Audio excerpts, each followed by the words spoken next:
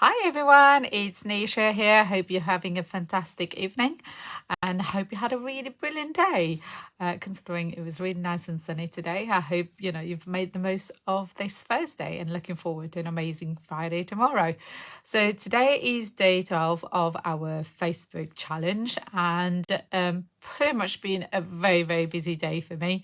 Loads of last minute changes with bookings and a messy booking we're working on that required me to really look at options.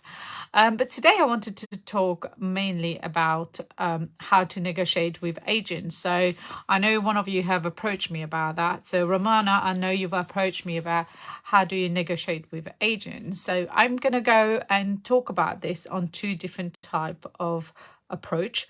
The one that we used to do a couple of years ago and it still work. So it really depends in your area and how your agent are currently working.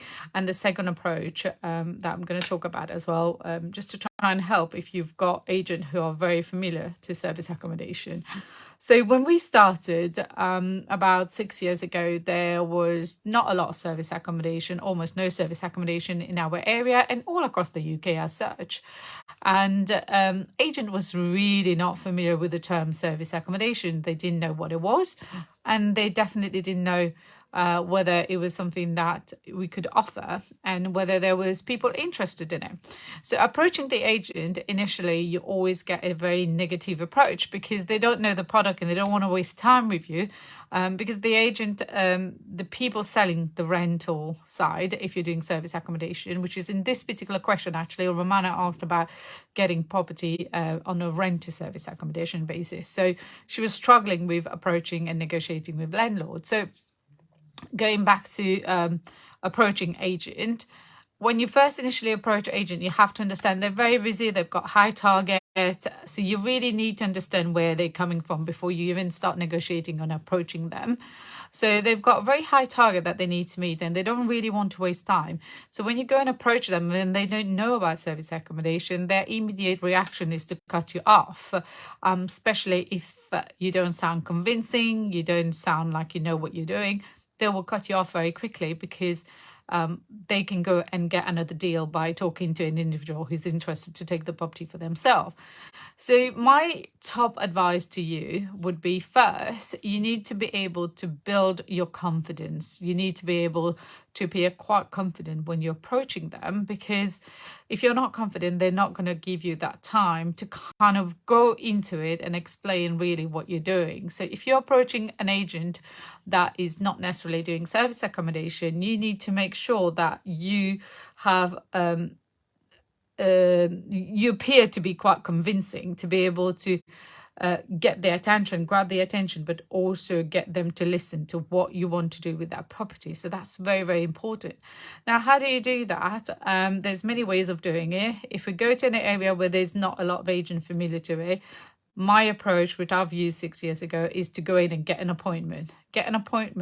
Then build the relations. So you have to build a relationship with your agent. You have to understand them and you have to appreciate their time. So you have to go in, view the viewing, but don't make them feel like they've wasted their time. So when you're on the appointment, you have to have already done your work, your figures, so you know the property work. So when you go in, you have an intention of taking the property straight away. It's just a matter of checking whether what you were expecting for the property, looking online, looking at the area, it does actually work for you. So you have to do that first. So you go in, look at the property and be ready to say yes or no if it doesn't work. But build that relationship by talking to them, try and find out how they're getting on. Also talk about your experience, drop it when you're talking so they understand, you're a professional person, a professional investor. And once you've decided this property is for you, you then need to make sure that you get them to agree. Now, you're going to come across a lot of objection.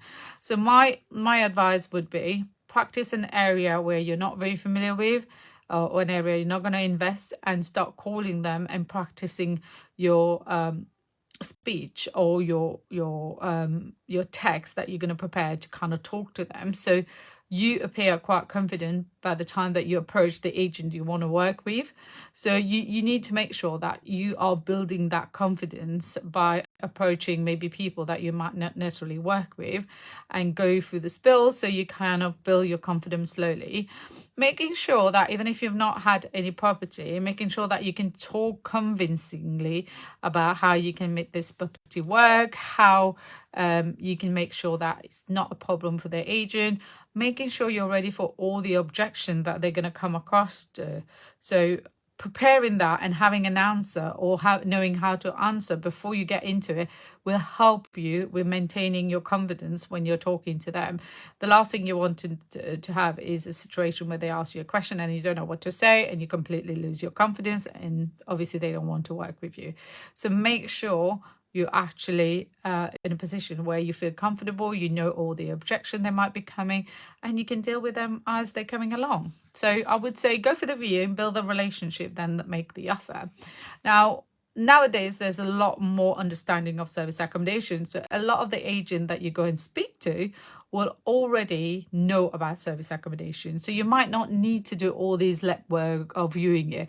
So you could be upfront and go and approach it with the idea that you're using it straight away for service accommodation. Now, if that's the case, I would suggest booking an appointment to go and see the letting manager and sit down with the letting manager, talk about what you want to do, talk about your experience, what you're looking for, type of property you're looking for, and also appear quite confident. So you need to practice this a little bit so you know you can go in and convince them that you're the right person to hand this property to, by giving them all the advantage of you managing that property compared to them giving it to a tenant.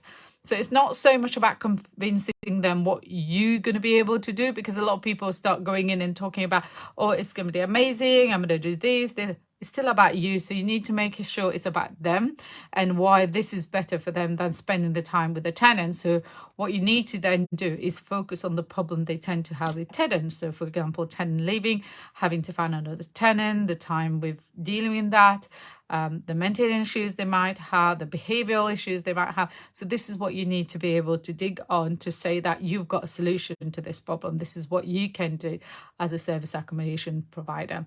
So I hope you have found this useful.